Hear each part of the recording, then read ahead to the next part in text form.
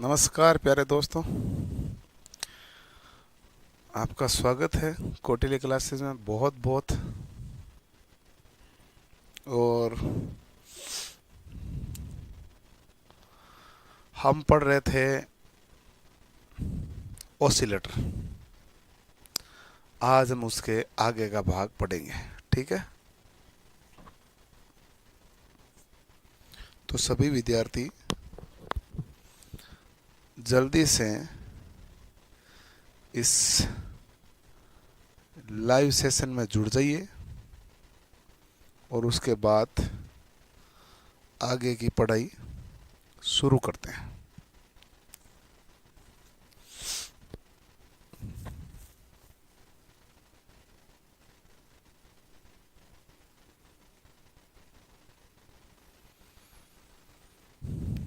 खुश रहो भाई।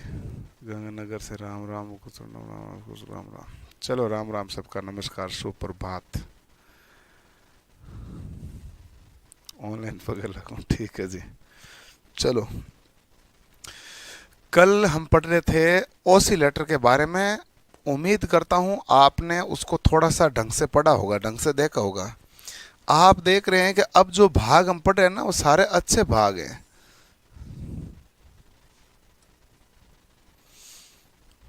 एक मिनट भाई, ध्यान रखना।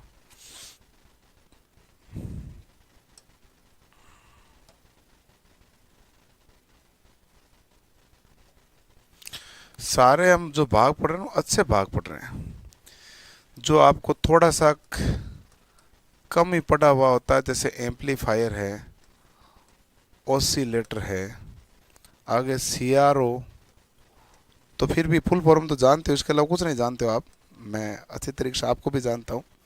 सीआरओ फुल फॉर्म जानते हो सर, एक और जानते हैं सीआरटी फुल फॉर्म और जान लेंगे। फिर आएगा पीसीबी, फिर आएगा आईसी, फिर आएगा पावर इलेक्ट्रॉनिक्स, यानी कि पावर इलेक्ट्रॉनिक्स जिसे आप कहते हैं एससीआर, है कि नहीं है। तो सारा ही भाग अच्छा भाग है। बोर्ड का कलर ग्रीन में, इसमें ठीक है, ये ठीक है दीपक। मेरे हिसाब से आपको देखो, न तो आंखों में जोर आएगा इससे, न आप ये कह सकते हो सर्दी कम रहा है, ऐसा भी नहीं है। सब कुछ बराबर चल रहा है, तो सही है ना, इसको रहना दो, बढ़िया है। आपकी बात भी मैं समझ रहा हूँ, लेकिन थोड़ा सा एक्सपीरियंस ले लेते हैं। तो ये सारा भाग है, सारा है ना, इम्पोर्टेंट है। आज हम इनको पढ़ लेंगे, तो कल फिर एक सीआरओ, फिर अगले दिन पीसीबी, आईसी, इस प्रकार पढ़ते जाएंगे। हम जो है ना मॉड्यूल 4 को बहुत गहराई से पढ़ रहे हैं।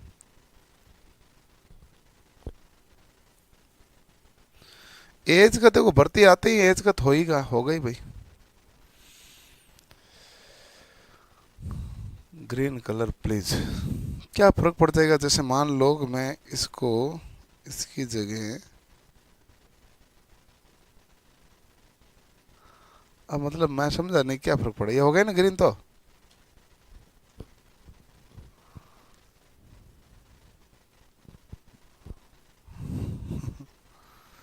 चलो, अब शुरू करते हैं आगे।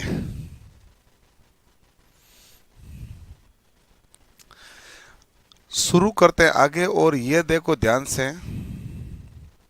सबसे पहली बात देखते हैं टैंक सर्किट को।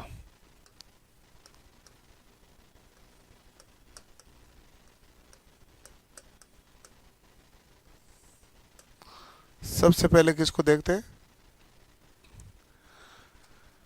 टैंक सर्किट को।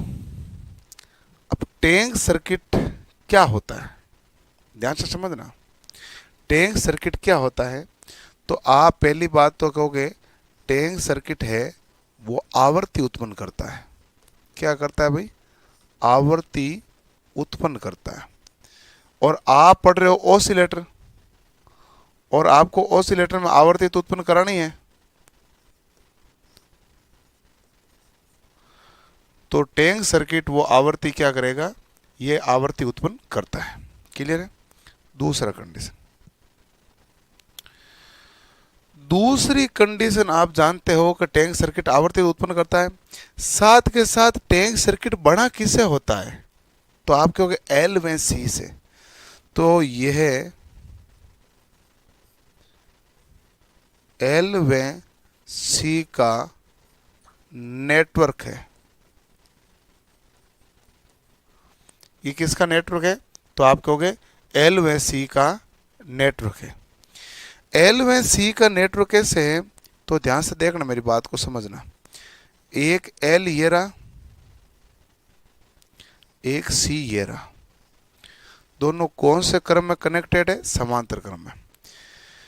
समांतर क्रम में दोनों कनेक्टेड हैं, तो ये कितने डिग्री का फेज अंतराल देता है? तो आप कहोगे ये 180 डिग्री का फेज प्रदान करता है। कितना डिग्री का? 180 डिग्री का।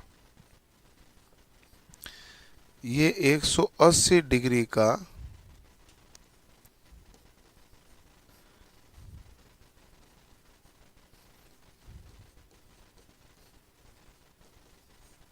फेज प्रदान करता है।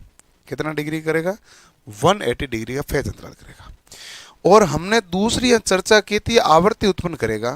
तो आवर्ती उत्पन्न करेगा तो आवर्ती क्या होगी? एफ, और एफ बराबर देखो समांतर में एलसी है तो क्या हो जाएगा? 1/2 पाई रूट एल सी। जो रेजोनेंस का फॉर्मूला होता है ना, वही हमारे पास यहाँ आवर्ती उत्पन्न करने का फॉर्मूला होता है, ध्यान रखना। टैंक सर्किट किसे कहेंगे? तो आप कहोगे आवर्ती उत्पन्न करने वाले सर्किट कहेंगे। इसमें क्या लगा होता है? एल और सी समांतर में कनेक्टेड होते हैं, और कितने डिग्री का फेज अंतराल देता है? 180 डिग्री का फेज प्रदान करता है। इस सर्किट को हम क्या कहेंगे?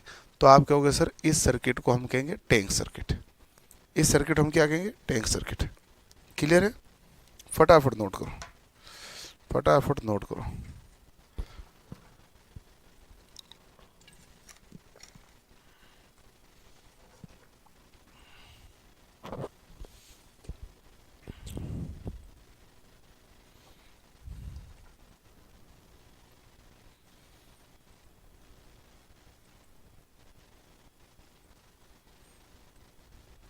जल्दी से नोट करो।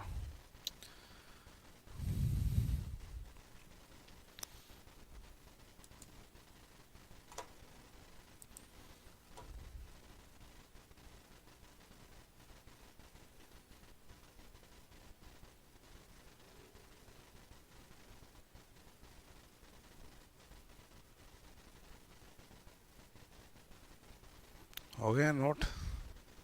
बहुत बढ़िया भाई।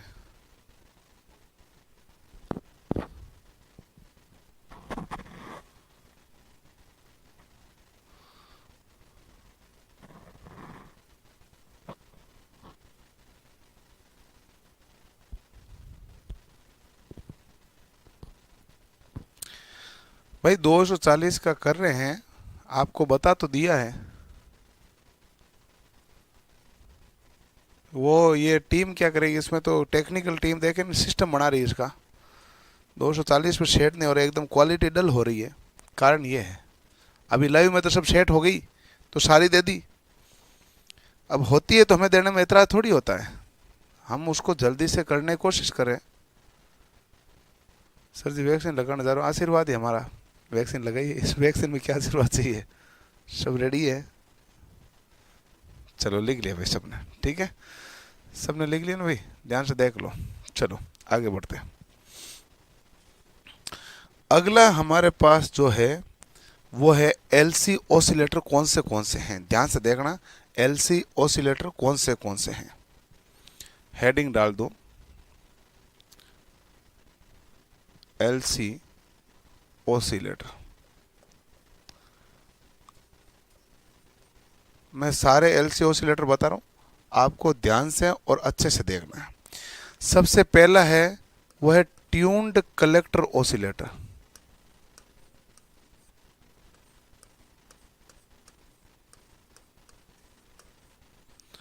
ट्यून्ड कलेक्टर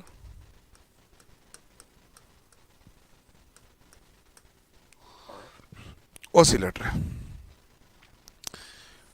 ट्यून्ड का मतलब होता क्या है? तो होता है समस्वरिक।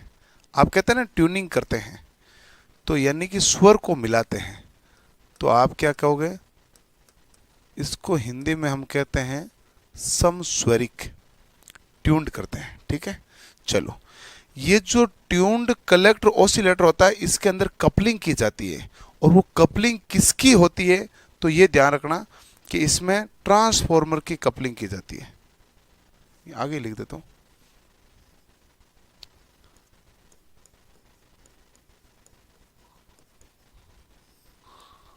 ट्रांसफॉर्मर की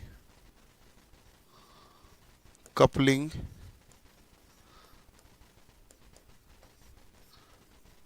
की जाती है। ठीक है, इसमें कपलिंग किसकी की जाएगी, तो आप कहोगे ट्रांसफॉर्मर की जाएगी। अब ट्यून्ड कलेक्टर में हम किसका प्रयोग करेंगे, एल में सी का, और कौन सी आवृत्ति के लिए, उच्च के लिए। एल व सी का प्रयोग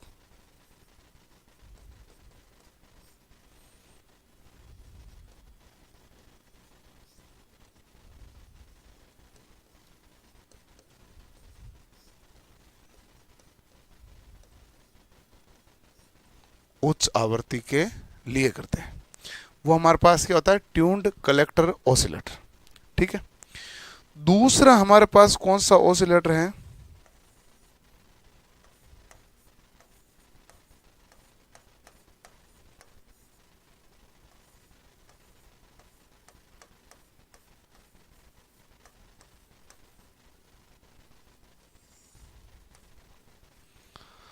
दूसरा ऑसिलेटर कौन सा है, हार्टले ऑसिलेटर।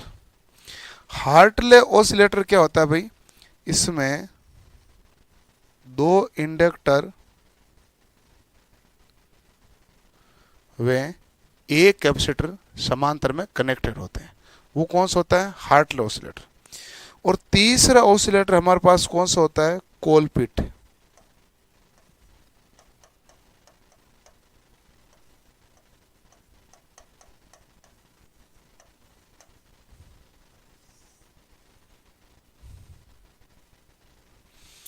कोलपिट में दो कैपेसिटर व एक इंडक्टर कनेक्ट होता है। कैपेसिटर कितना कैपेसिटर कनेक्ट होता है, दो कैपेसिटर, ओहो, दो कैपेसिटर व एक इंडक्टर कनेक्टेड होते हैं। ठीक है, तो वो हमारे पास देखो हार्टले, कोलपिट, सबका आपको गुण ध्यान रखना है। जैसे ये हार्टले में कनेक्शन है तो ये कनेक्शन कैसा होगा, तो आप कहेंगे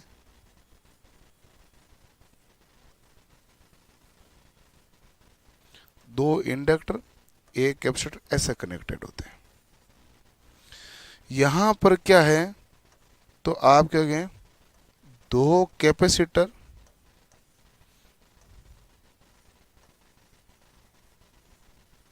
व एक इंडक्टर ऐसे कनेक्टेड होते हैं। ठीक है, चलो अब आप जानते हैं ध्यान से, इसमें आवर्ती का फॉर्मूला वैसे तो पूछा नहीं जाता कभी, लेकिन पूछे तो ध्यान रखो कैसे है, मैं समझना। ठीक है ना, ओहो, आवर्ती का फॉर्मूला समझना, एफ बराबर 1/2 पाई एल सी होता ना।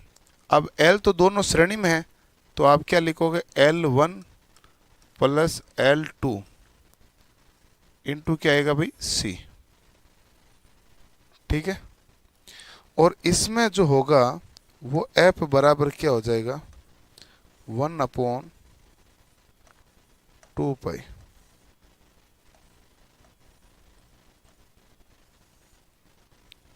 रूट L1 इंटू L2 बट्टा L1 प्लस L2 इंटू सी। सॉरी सॉरी सॉरी सॉरी,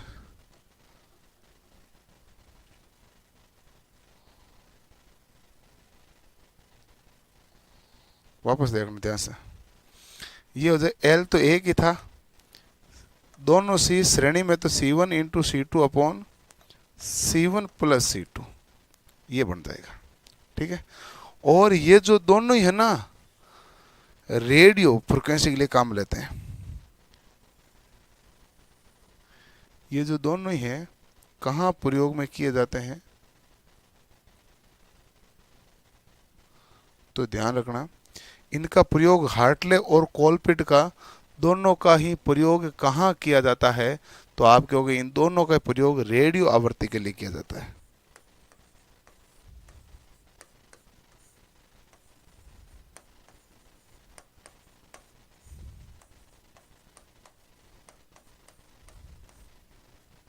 ठीक है, तो हमारे पास तीनों एलसी ऑसिलेटर ट्यून्ड हो, हार्टले हो और कोलपिट हो।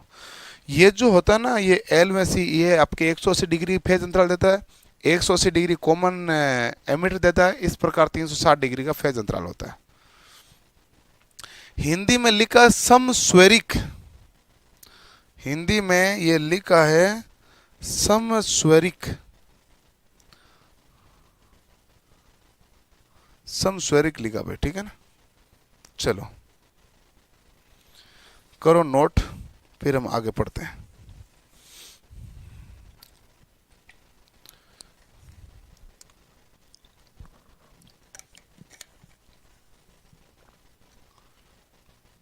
पानी बोतल,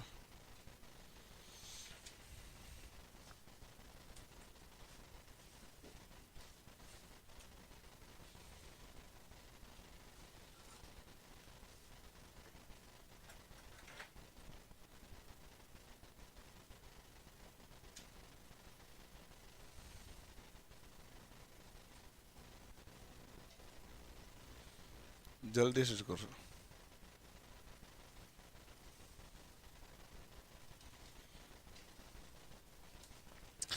लोकेशन टेक्निकल मेडिकल होता है, टेक्निकल में मेडिकल होता है, लेकिन मेडिकल में टांगे दिक्कत नहीं करते हैं, वो तो फिजिकल में टांगे दिक्कत होती होगी। मेडिकल में कोई दिक्कत नहीं, टांगे तो आ सकते हैं ना।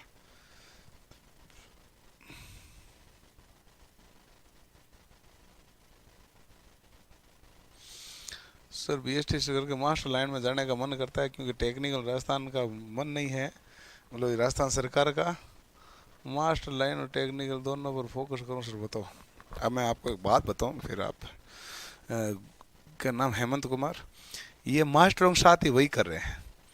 2018 में रीट की घोषणा की थी, 19 में इन्होंने कहा एग्ज़ाम करेंगे, फिर ये इन्होंने एग्ज़ाम नहीं कराए, फिर इसको खिसकाते खिसकाते लगे 20 पर, फिर 20 में नहीं कराए, फिर उन्होंने कहा हम एक तारीख देते हैं, और वो आपको तारीख देते हैं 2 जुलाई, 2 जुलाई एग्ज़ाम करेंगे, 2 जुलाई, 2 अगस्त, 2 अगस्त था 2020 का। फिर उसमें एग्ज़ाम नहीं कराया, कहा कि चलो हम नई तारीख देते हैं आपको 2 सितंबर। ये सब मुख्यमंत्री ने भी बोली इसमें सब चीज़ें। फिर वो एग्ज़ाम नहीं करे, फिर इन्होंने कहा ये कोरोना के कारण नहीं हो रहा, हम आपका जनवरी में करेंगे, फिर वो नहीं कराया। फिर कहा कि हम करेंगे आपका अप्रैल मई में, नहीं अप्रैल की डेट दी हुई थी, नहीं 25 अप्रैल आई थिंक डेट दी हुई थी, महावीर जयंती आ रही थी, मार्च थी, अप्रैल थी, 25 अप्रैल थी, 25 अप्रैल डेट दे दी, उस दिन महावीर जयंती के दिन, तो उसका विरोध हुआ, तो वो डेट कैंसिल हो गई। फिर उन्होंने डेट दी 20 जून है, 26 जून कौन सी है, अब इसमें कोरोना चल रहा है तो इसमें एग्ज़ाम लेंगे नहीं, हम आपको एक और डेट देंगे। तो ये है ना, रीट वालों के साथ भी वही कर रहे हैं, न्याल किसी को नहीं कर रहे हैं, न्याल किसी को नहीं है। केवल मेडिकल लाइन की कोई वैकेंसी है वो फटाफट क्लियर हुई है?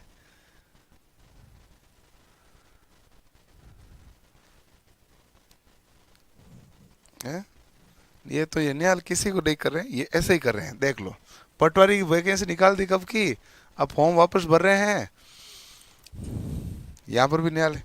अच्छा, एक भर्ती आई थी 2016 में एसआई की, परीक्षा होगी, फिजिकल हो गए, हर साल में एक एक क्रम बढ़ता गया, लेकिन अभी तक ज्वाइनिंग नहीं मिली, है कि नहीं। कपलिंग का मतलब, मनीष भाटी तुम क्लास अटेंड नहीं करते हो क्या? सारी क्लासें छुट्टियां ले लेते हो, फिर दूसरे दिन वापस पूछते हो कपलिंग कपलिंग क्या है? रेगुलर क्लास अटेंड करो, ये यहाँ से पता चलता है आप एब्सेंट थे। मैं है ना रजिस्टर लेके आऊँगा, फिर आपकी हाजिरी ली जाएगी आवृत्ति के आधार पर। ध्यान से देखो भाई,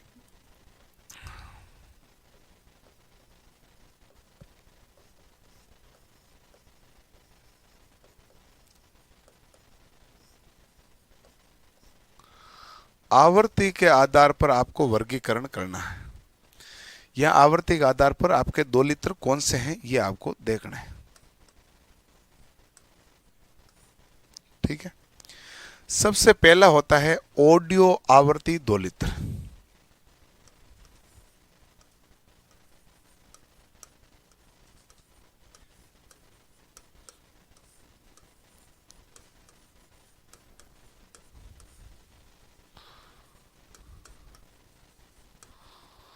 ऑडियो आवर्ती दोलित्र होता ना, ये 20 हर्ट्ज से 20 किलो हर्ट्ज होता है। ये 20 हर्ट्ज से 20 किलो हर्ट्ज होता है। ये ऑडियो आवर्ती दोलित्र, ऑडिबल रेंज यही है 20 हर्ट्ज और 20 किलो हर्ट्ज। दूसरा होता है रेडियो आवर्ती दोलित्र।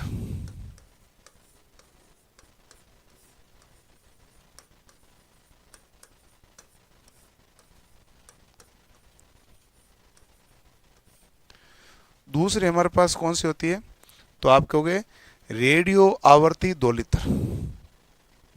ये क्या होती है, तो आप कहोगे सर ये होती है 20 किलो हर्ट्ज से लेके 30 मेगाहर्ट्ज। 20 किलो हर्ट्ज से लेके 30 मेगाहर्ट्ज तक, वो कौन सी है, रेडियो आवर्ती। अगली हमारे पास है उच्च आवर्ती दोलित्र।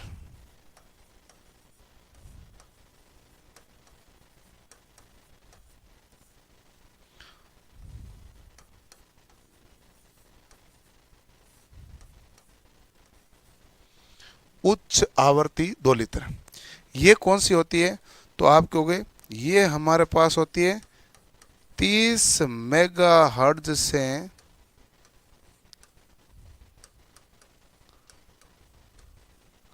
300 मेगाहर्ट्ज। 30 मेगाहर्ट्ज से 300 मेगाहर्ट्ज तक की। ठीक है,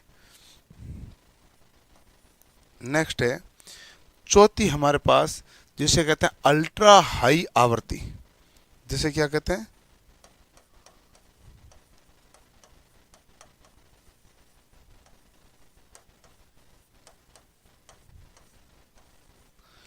अल्ट्रा हाई आवर्ती।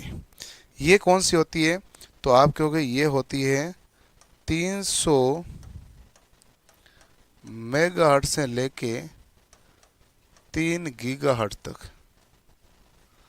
300 मेगाहर्ट्ज से 3 गीगाहर्ट्ज, ये अल्ट्रा हाई आवृत्ति होती है। और इसके बाद एक होती है माइक्रोवेव आवृत्ति।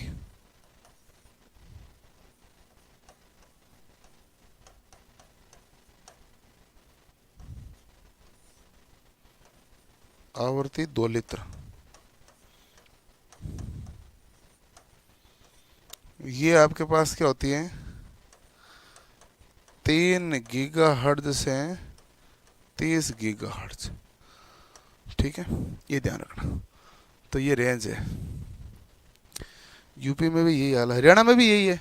वो देखो हरियाणा लाइन में 2019 वाली अभी अटकी पड़ी है कि नहीं है। 20 में एग्जाम ले रहे थे मार्च में, फिर वो एग्जाम लिया नहीं, फिर अभी तक एग्जाम लिया ही नहीं। सब जगह यही हाल है।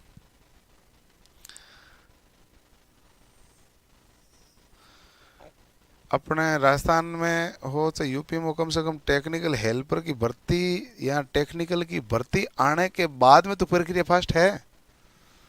भर्ती नहीं आई वही प्रक्रिया सारी स्लो होती है। इनके मास्टर वालों में क्या है कि एक तो आने की तो स्लो है ही है, एकदम प्योर स्लो नहीं, अपने जितनी स्लो नहीं, थोड़ी सी आने की थोड़ी सी स्पीड अपने से ठीक है। रिजल्ट हमसे बहुत ज़्यादा स्लो है, बहुत ज़्यादा स्लो। ज्वाइनिंग तो पूछो मत उनको।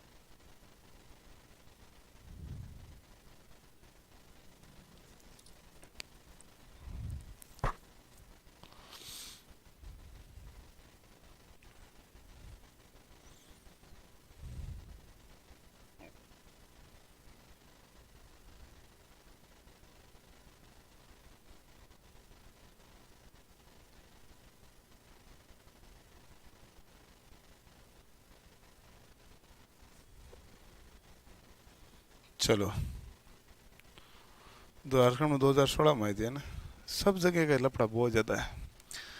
ये पार्टियां से सरकारें सारी एक सी दिख रही है।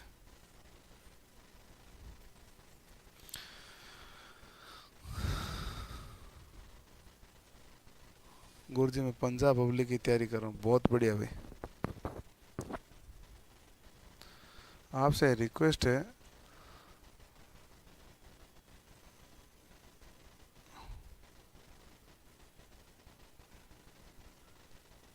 देखो भाई क्या, हाँ कि बोर्ड का कलर डार्क रखें, बट सर वाइट बोर्ड से मेरी आंखें दर्द होती है। ठीक है भाई, चलो हो गया। ये हमारे पास किस में हो गया, आवर्ती के आधार पर 2 लीटर हो गया।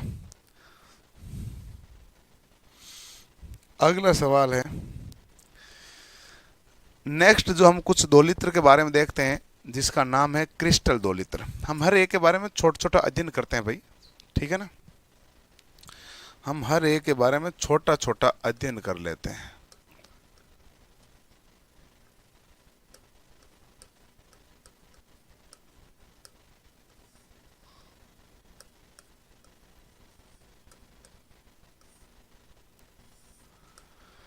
क्रिस्टल 2 लीटर, ठीक है। क्रिस्टल 2 लीटर जो होती है, इसकी आवृत्ति कितनी होती है, ये कितनी आवृत्ति उत्पन्न करता है, तो इसकी आवृत्ति की रेंज क्या है, ये सवाल आ सकता है। तो आप कहना इसकी आवृत्ति होती है 50 किलो हर्ट्ज से लेके 50 मेगा हर्ट्ज पर। 50 किलो हर्ट्ज से कहां पर है, 50 मेगा हर्ट्ज पर। ये कौन से सिद्धांत पर कार्य करता है, तो आप कहोगे ये सिद्धांत है इनका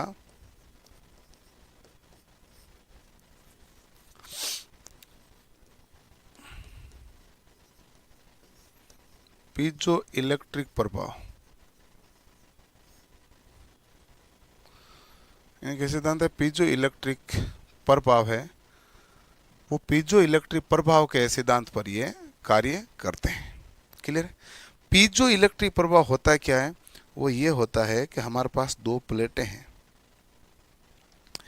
इनके बीच में यहां पर रोसेल साल्ट या क्वार्ट्ज होता है, ठीक है। इनके बीच में यहां पर क्या होता है, क्वार्ट्ज या रोसेल साल्ट होता है। अब देखना ध्यान से,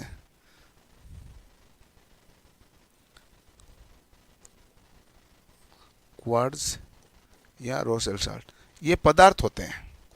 आप पूछोगे क्या होता है, तो पदार्थ होते हैं। जब यहां पर हम वोल्टेज के द्वारा, 2 चीजें हैं, वोल्टेज के द्वारा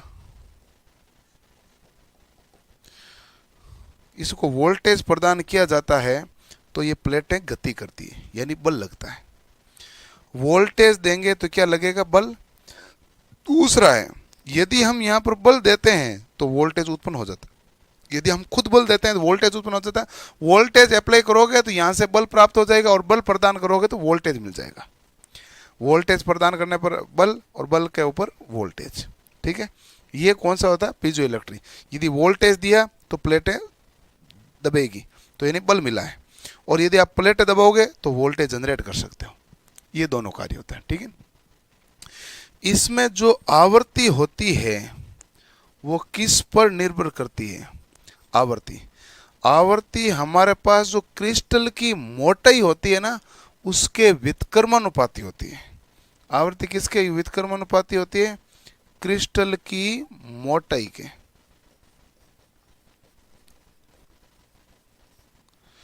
आवृत्ति जो है क्रिस्टल की मोटाई के व्युत्क्रमानुपाती होती है।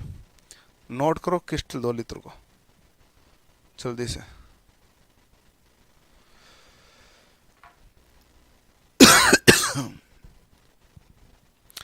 वो 3 गीगाहर्ट्ज से 360 गीगाहर्ट्ज नहीं, वो गलती से छप गए भाई। 360 गीगाहर्ट्ज होता नहीं है, ठीक है, वो गलती से छप गया था।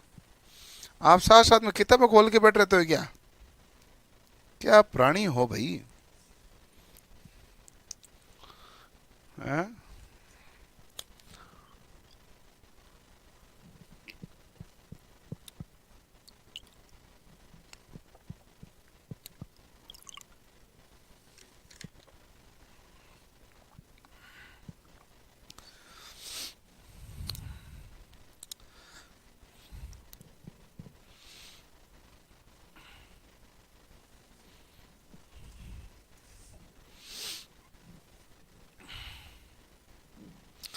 लास्ट में क्वार्ट्ज या रोसेल साल्ट, क्वार्ट्ज या रोसेल साल्ट, उधर है आवर्ती समानुपाती एक बट्टा क्रिस्टल की मोटाई।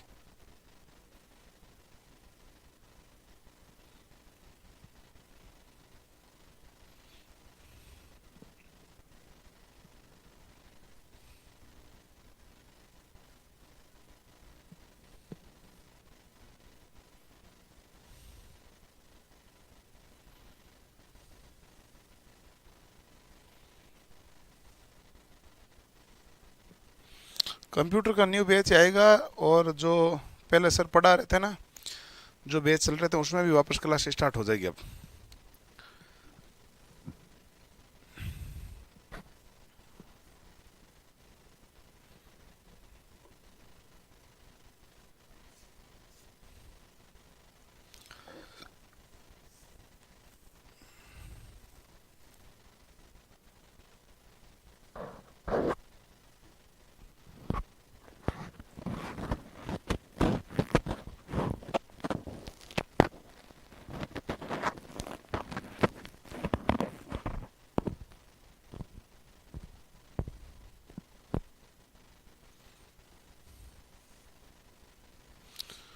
मैथ की क्लास कब से चालू होगी?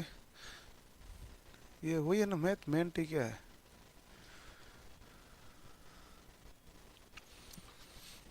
मैथ की निश्चय बैच में मैथ आज चलेगी।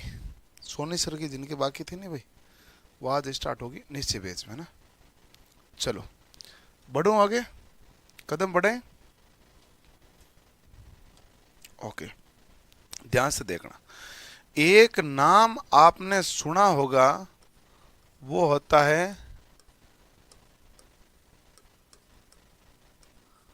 Relaxin 2 litre.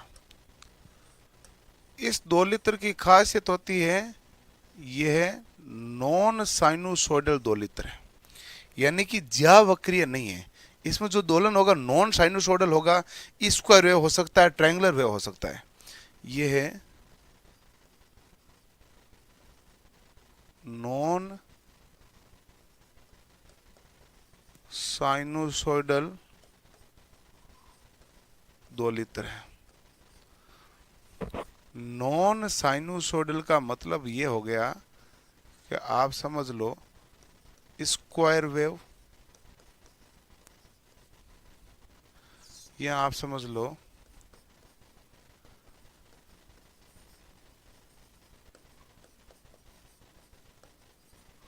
Triangular wave. ये हमारे पास क्या होता है? Non sinusoidal 2 litre. एक आपने नाम ये सुना होगा Wien bridge 2 litre.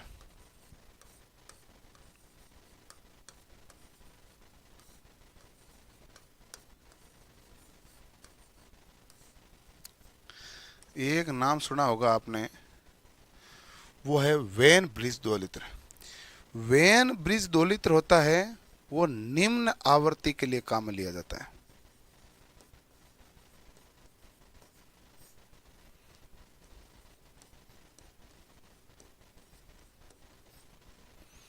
Wien bridge 2 litre किसके लिए काम में लिया जाता है? तो आप कहोगे वेन ब्रिज 2 लीटर का प्रयोग हम निम्न आवृत्ति के लिए करते हैं। क्लियर है? कोई टेंशन नहीं। तीसरा हमारे पास आता है आरसी फेज शिफ्ट 2 लीटर। तीसरा हमारे पास क्या आता है?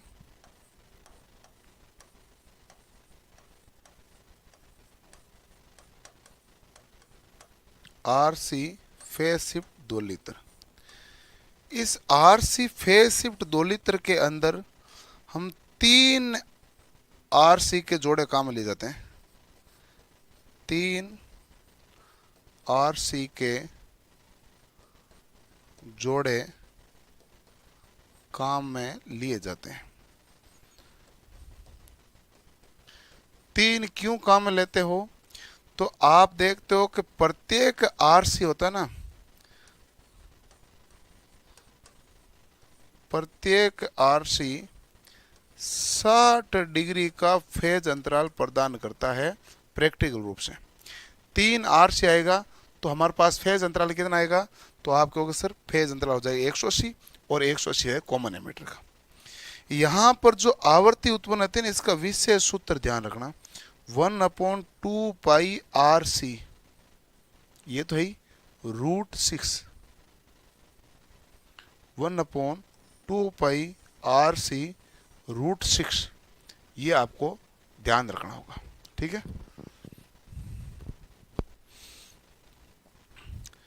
मैथ की क्लास का टाइम क्या है, वहां शेड्यूल नहीं डाला हुआ है क्या? यदि मैथ की क्लास है तो शेड्यूल डालेंगे ना भाई।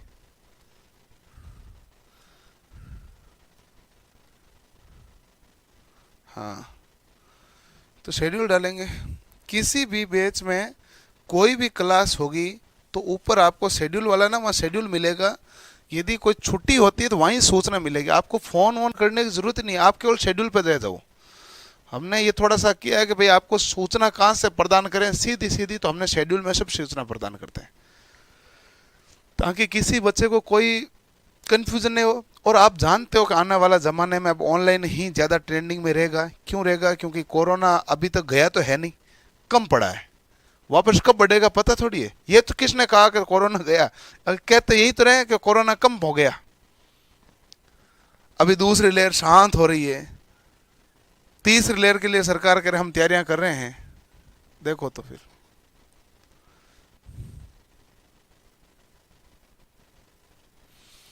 जो भी क्लासें हैं वहाँ शेड्यूल के अंदर होनी चाहिए। आप मेरे से इतने पूछोगे तो इतने शेड्यूल तो मेरे खुद के ना 8 शेड्यूल है, मैं तो खुद के याद मुश्किल से रख पाता हूँ आप। लेकिन हम एक बार शेड्यूल हम बनाते हैं तो हम आराम से बनाते हैं, उसमें मेरी भागीदारी रहती है। उसके बाद शेड्यूल सारे मुझे याद नहीं रहते हैं। राजस्थान कितने बजे भाई वो है ना, 2 से 3, 3 से 4, 3 से 4 है ना। चलो लिख लिया, कोई दिक्कत नहीं। अब देखो एक चीज हल्की सी आपको परीक्षा में पूछ सकते हैं, ध्यान से देखना। अब ये होता तो कंट्रोल सिस्टम की चीज है, लेकिन पूछ यहां पर भी लेते हैं। एक वर्ड होता है ओवरडैम्प्ड।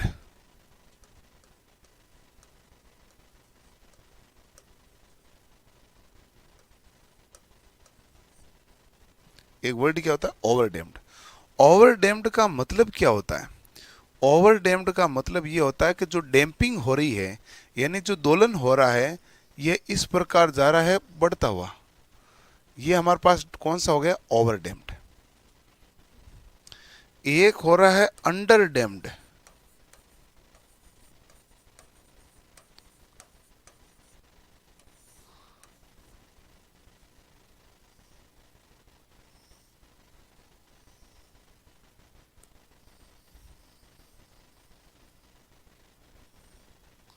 ये है अंडरडैम्प्ड, घटता हुआ जा रहा है ना, अंडरडैम्प्ड। और एक होता है अनडैम्प्ड।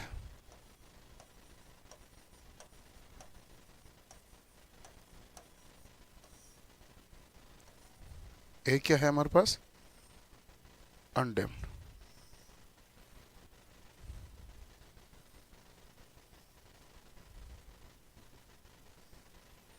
ठीक है, तो हमारे पास 3 है। तो आप देखो ध्यान से, एक ओवरडैम्प्ड, एक अनडैम्प्ड, अंडरडैम्प्ड, एक अनडैम्प्ड। ये तीनों का इतना सा ध्यान रखना, इसका अर्थ ये होता है। ठीक है,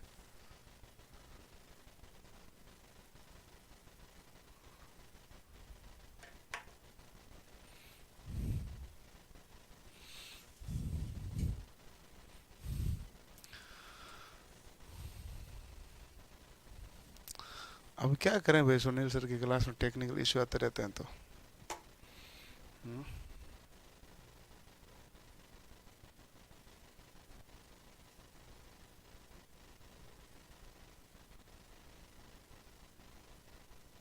ये आवर्ती से संबंधित है, दोलन से संबंधित चीज है। पूछ लें अंडरडैम्ड में क्या होती है तो आप क्या कहोगे भाई?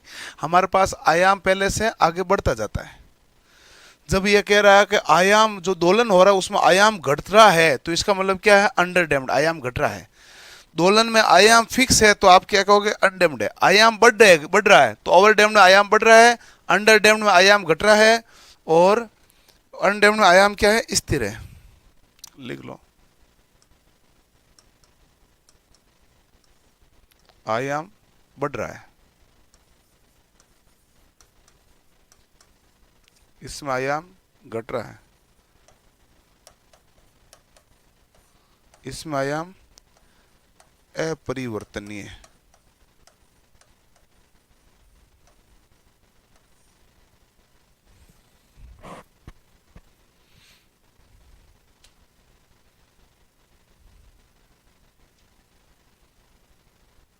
हिंदी में नाम पता नहीं है, स्थायित्व समझ लो। ये डैम्प्ड का मतलब क्या होता है, अवमंदन। डैम्पिंग तो होता है अवमंदन।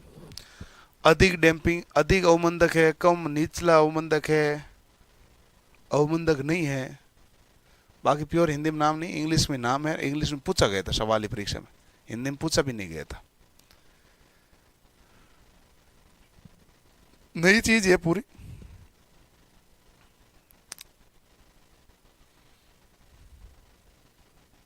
सर ये डिप्लोमा का टॉपिक बहुत बड़ा टॉपिक, बिल्कुल सही बात है भाई, ये डिप्लोमा का बहुत बड़ा टॉपिक है। बट हमारे यहाँ पर इतना सा काम आता है, वो कंट्रोल सिस्टम आता है, डिप्लोमा में बहुत बड़ा टॉपिक आता है। तो चलो भाई, हो गया, कोई दिक्कत नहीं, आपको समझ में आ गई बात। अब एक छोटी सी चीज और बताऊंगा, जिसे हम कहते हैं मल्टी वाइब्रेटर। जिसे हम क्या कहते हैं, मल्टी वाइब्रेटर। समझना मेरी बात को ध्यान से।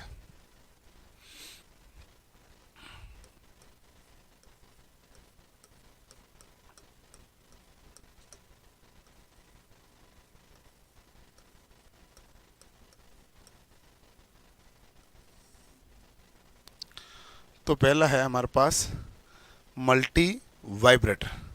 मल्टी वाइब्रेटर हमारे पास कौन सा होता है, ध्यान से देखो।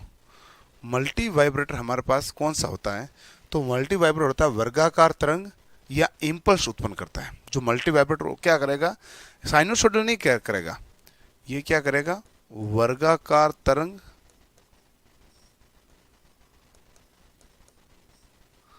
या इंपल्स यानी स्पंदन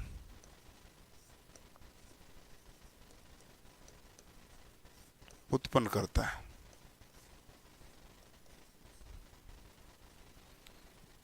ठीक है, तो ये हमारे पास क्या करेगा, वर्गाकार तरंग या इंपल्स या स्पंदन उत्पन्न करता है। मल्टी वाइब्रेटर सामान्यतः कट ऑफ या सैचुरेशन रीजन में काम करता है।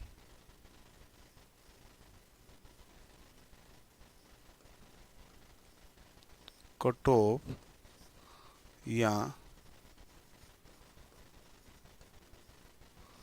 सैचुरेशन क्षेत्र में कार्य, कट ऑफ यहां किस में कार्य करेगा, तो आप कहोगे सैचुरेशन क्षेत्र में कार्य करेगा। मल्टी वाइब्रेटर जो होता है, इसमें फीडबैक कैसा होता है, तो आप कहेंगे पॉजिटिव फीडबैक होता है। पॉजिटिव यानी कि धनात्मक फीडबैक होता है। धनात्मक फीडबैक है तभी तो दोलन का काम करेगा। तो फीडबैक हमारे पास कौन सा होता है, धनात्मक है। ठीक है, अब ये तो मल्टी वाइब्रेटर की खासियत हो गई। मल्टी वाइब्रेटर हमारे पास दो प्रकार से थे। मल्टी वाइब्रेटर हमारे पास कितने प्रकार से थे, दो प्रकार अवस्था थी। एक इसमें थी स्थायी अवस्था, दूसरी इसमें थी अस्थायी अवस्था। इसमें मल्टी वाइब्रेटर कितनी अवस्था होती है, दो। एक है स्थायी अवस्था, मल्टी वाइब्रेटर दो अवस्था होती है, एक स्थायी अवस्था और दूसरी होती है अस्थायी अवस्था। ध्यान से देखना,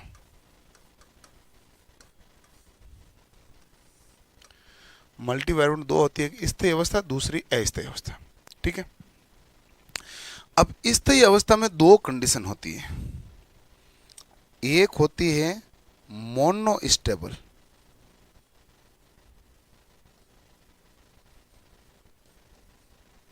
एक हमारे पास स्थायी में क्या आती है, मोनो स्टेबल।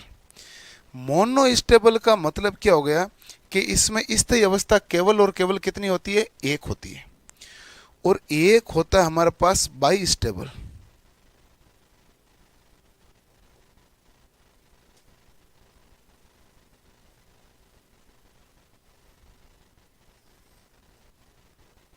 एक होती है मोनो स्टेबल और एक होती है बाई स्टेबल। ठीक है, ध्यान से देखना। आप पहली बात समझना ध्यान से मेरी, आराम से अच्छे से। एक मिनट, लो भाई। मोनो स्टेबल, मोनो स्टेबल का मतलब आपके पास स्थायी अवस्था कितनी है?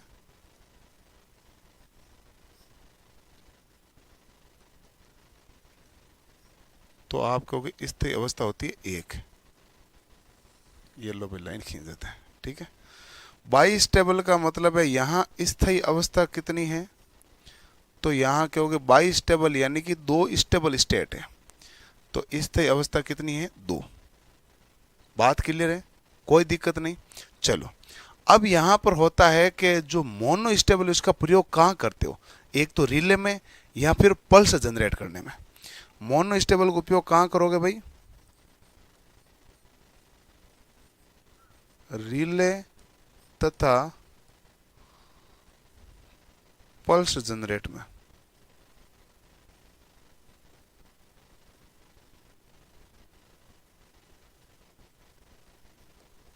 रिले तथा पल्स जनरेटर में किसका उपयोग करोगे? तो आप कहोगे मोनो स्टेबल का करोगे। बाई स्टेबल का उपयोग कहाँ करोगे? तो आप कहोगे मेमोरी निर्माण में।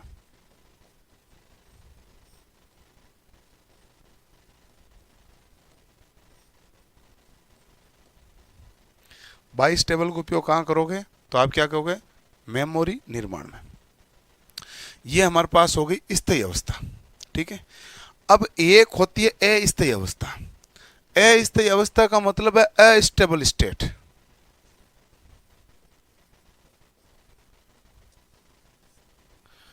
ये लो करीदा,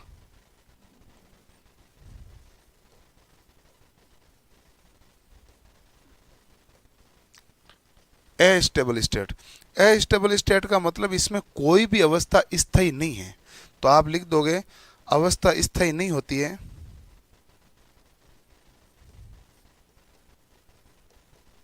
और जिसमें अवस्था स्थायी नहीं होती है वो हमारे पास क्या कहलाती है?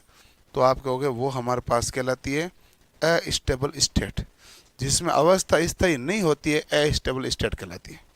दूसरा, अस्थायी अवस्था क्या करती है? तो आप कहोगे अस्टेट करती है तो वर्गाकार तरंग उत्पन्न करती है।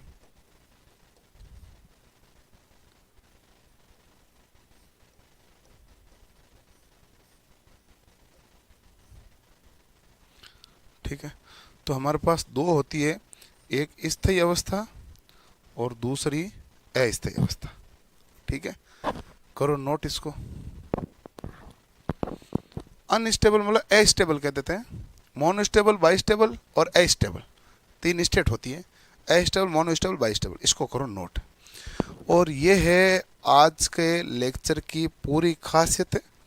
तो यहाँ पर हमारा पास होता है 2 लीटर पूरा। अगले जो लेक्चर होगा ना कल का, उसमें मैं आपको पढ़ाऊंगा सीआरओ के बारे में। तो आपको सीआरओ का थोड़ा सा देख लेना, देख आना, समझना थोड़ा सा आसान रहेगा। चीज़ें थोड़ी इजी से सीखोगे, नहीं तो थोड़ा सा सीखना क्या हो जाता है, टिपिकल हो जाता है। आप भी जानते हो इन चीज़ों को, इसलिए थोड़ा सा सीख गए, थोड़ा सा पढ़ गए तो अच्छा रहेगा।